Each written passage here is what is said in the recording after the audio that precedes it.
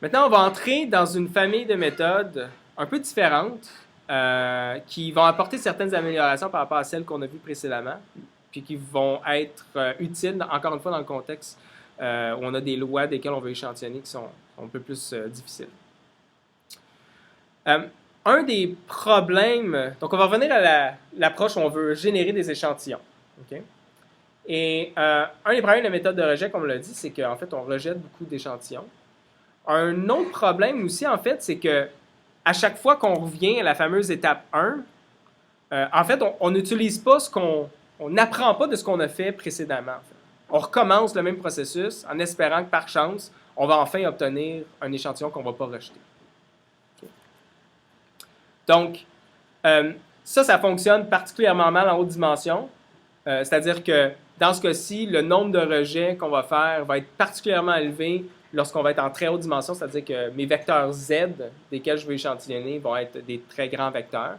Essentiellement pour les mêmes raisons que des raisons liées à la malédiction de la dimensionnalité. Okay? Puis si c'est le cas, mais là, ça veut dire que le fait de ne pas apprendre par rapport à ce qu'on a fait précédemment, ça va nous nuire particulièrement. Donc, en fait, on aimerait une approche qu'on pourrait suivre pour essayer de s'améliorer un peu, avoir un algorithme un peu plus efficace, c'est d'avoir un algorithme qui, intuitivement, essaie de tirer de profit de ses bons coups, c'est-à-dire les cas où il a finalement généré un bon échantillon. Par exemple, grosso modo, peut-être que ce qu'on pourrait faire, c'est dire si j'ai accepté un échantillon, si je ne l'ai pas rejeté, peut-être que le prochain, je devrais le générer proche de mon échantillon précédent qui a été accepté. Okay? Parce que lui a été accepté. Donc, un autre qui ne serait pas trop loin, selon une certaine mesure de similarité, il y a peut-être plus de chances que lui aussi soit accepté. Okay. Donc, si on faisait ça, ça veut dire qu'en fait, lorsqu'on échantillonnerait nos Z1, Z2 jusqu'à ZL, en fait, on les échantillonnerait selon une chaîne où on commencerait par Z1. À partir de Z1, on générerait un Z2. À partir de Z2, on générerait un Z3. Et ce, jusqu'à le nombre L d'échantillons qu'on veut. Et ça veut dire donc que ma séquence va correspondre à une chaîne de Markov, c'est-à-dire une chaîne stochastique où la distribution qui détermine qu'est-ce que je vais échantillonner ici dépend uniquement de ce qu'il y avait à l'étape précédente dans ma chaîne. En fait, ici, c'est une chaîne de Markov, c'est une chaîne de Markov de degré 1. Okay. Donc, on va voir deux méthodes qui vont suivre ce paradigme-là général. Ça va être des méthodes qu'on va appeler Monte Carlo par chaîne de Markov. MCMC ou MCMC, ça c'est l'acronyme. Donc en anglais, on va dire Markov Chain Monte Carlo. Okay. La première méthode qu'on va voir, c'est la méthode qu'on appelle Metropolis Hastings. Donc, on va avoir encore besoin d'une loi instrumentale, donc Q de ZL pour le Lème échantillon. Mais là, cette loi-là va en fait être conditionnée, va dépendre de l'échantillon précédent. Okay. Donc, il se trouve que proposer des lois comme ça, en fait, c'est plus facile souvent que dans la méthode de rejet où on n'aurait pas un conditionnement ici.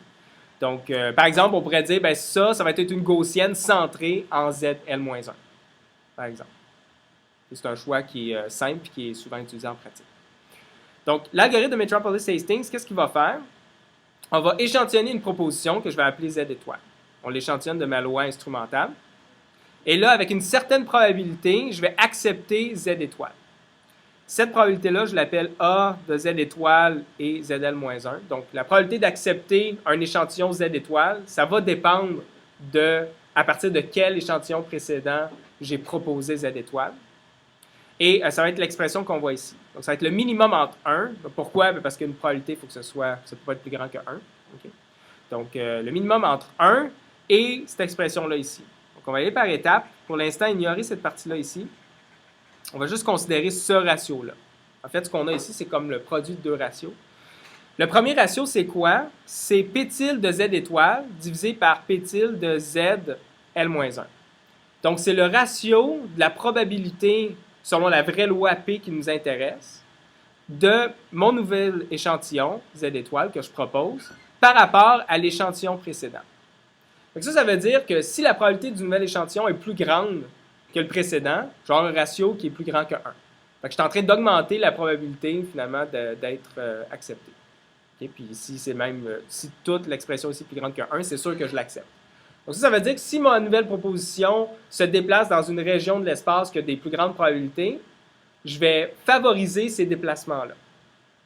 Okay? Puis sinon, si je me suis déplacé dans une région de l'espace qui a une probabilité plus faible, bien là, ça se peut que je le rejette.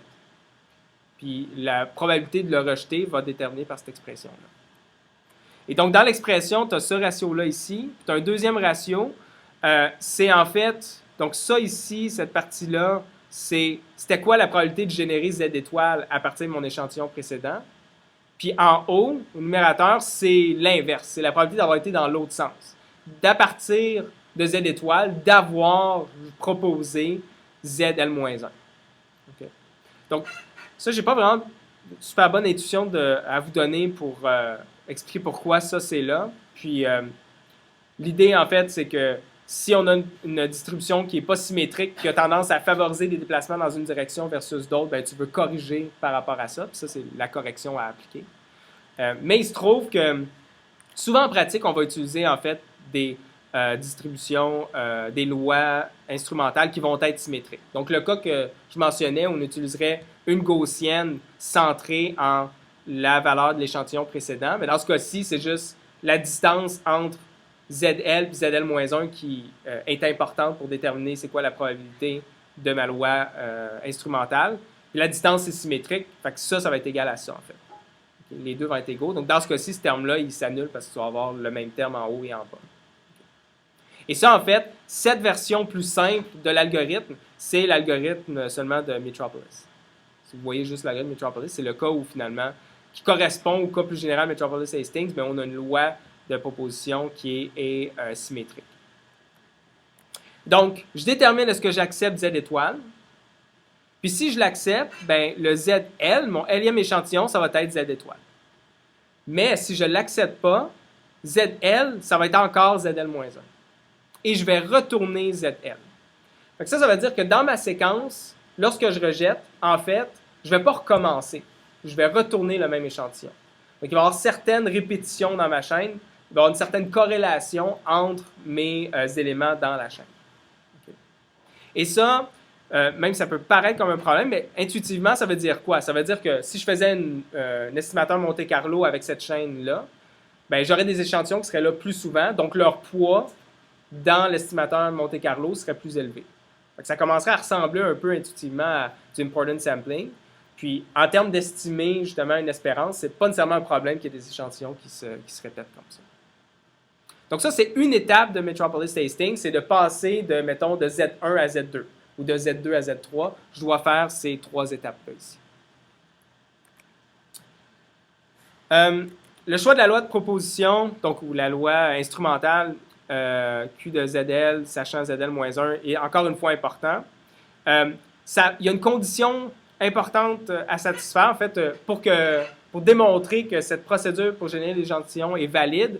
Une condition suffisante, c'est que la probabilité de proposer n'importe quelle valeur Z qui est légale, c'est-à-dire qui est une valeur que ma variable aléatoire peut prendre, soit non nulle, selon ma loi instrumentale. Donc ça veut dire que une condition suffisante, c'est que ma loi instrumentale soit telle que je peux me déplacer n'importe où à partir du point où je me trouve avec une probabilité non nulle. Donc une gaussienne, c'est comme ça, entre autres. Une gaussienne, ça a une probabilité non nulle partout. C'est juste que les probabilités sont particulièrement plus élevées, proches de la moyenne.